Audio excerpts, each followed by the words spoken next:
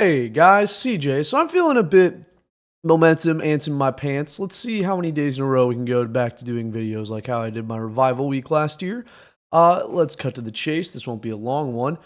Faze are fracturing, and after his return from, you know, Mao's during his stint in leading Faze to multiple titles, putting together one of the best teams of all time and giving them back their title or giving them the title of the most entertaining team in Counterstrike, winning a major, winning a Grand Slam, and just being overall one of the all-time great teams in many people's books.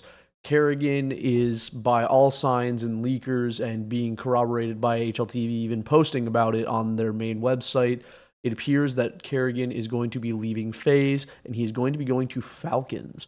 He'll be going to Falcons and playing alongside Nico, someone whom they have a very tenuous history. Obviously, they have come out multiple times, done multiple media pieces together about how that's a hatchet that has long since been buried, but it is still a tantalizing narrative in World Counter-Strike that the two members of the, Boston major lineup that, Karrigan went on to win it with Rain. They managed to redeem themselves. They managed to put those demons behind them, but now Karrigan seems to be falling back into his ways of all old demons of, after this last run of form that Faze has had, which I personally do not put on him in his entirety. I really think that Brokey should have been gone for a while now, and maybe the results wouldn't have been world beaters, but they would have been better. So now, straight up one for one, we are going to get Karrigan playing with, instead of Brokey, he's going to get Monacy, which just from a concept alone, Karrigan, Nico, Monacy, Tesses, and oh my goodness, Kyosuke, why couldn't I remember your name? That as a lineup is fundamentally exciting for anyone who enjoys World Counter-Strike. That is going to be a lineup to watch whether they succeed or fail. We will all be watching those games. Seeing all those players, especially Monacy now, get to work under a true Hall of Famer IGL, and it'll be a lot for him to learn. It'll be very interesting to see. You'll get to see Zonic also work with Karrigan, these sort of two old men putting their heads together to try and make this roster a winner. The Faze in its prime form was a group of individuals whom any of them could carry. We could have a Brokey carry, a Rain carry, a Rops carry, a Twists carry. And Karrigan just did his best. He's been a sub 1.0 IGL for long, long, long, long, long time. You're not expecting him to suddenly bump up to being a 1.1 fragging IGL or a 1.05 fragging IGL. That's just not going to happen. But him now taking away any sort of resources that were originally being given to Kicksan, going for that full tactical structure that Falcons have definitely needed, and giving those resources back to the likes of Nico, whom when you had Nucleon standing in, we saw that form for him skyrocket back up to where he was still the Nico that we knew and loved. So the more dispersion of resources throughout Falcons makes this a very interesting prospect.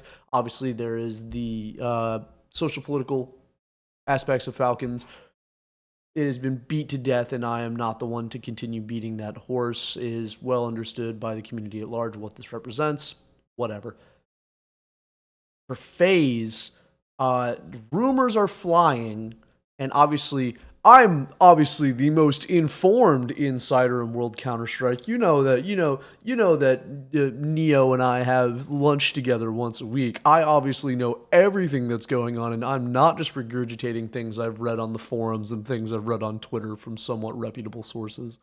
But obviously there has been the rumor going around that they are looking to bring in Woxic to the team, which would be very interesting.